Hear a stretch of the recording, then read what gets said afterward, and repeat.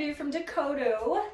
It is really flowy and lightweight feeling. This is great as like going out to dinner as it is as a pool cover up, honestly. It's not very structured.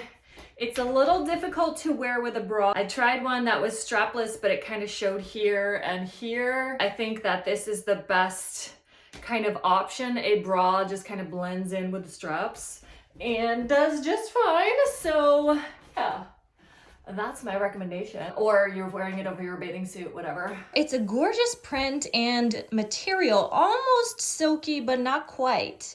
It's not like a t-shirt kind of material. It's just really, really thin, lightweight, and beautiful. It comes in a bunch of patterns and designs. This one is absolutely gorgeous. I love it. I am 5'8", 135 pounds, wearing the medium.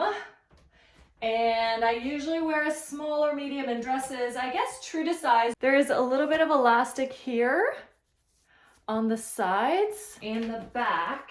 And then the straps are adjustable, both of them. So there is some leeway in that regard. It is a washer dryer friendly.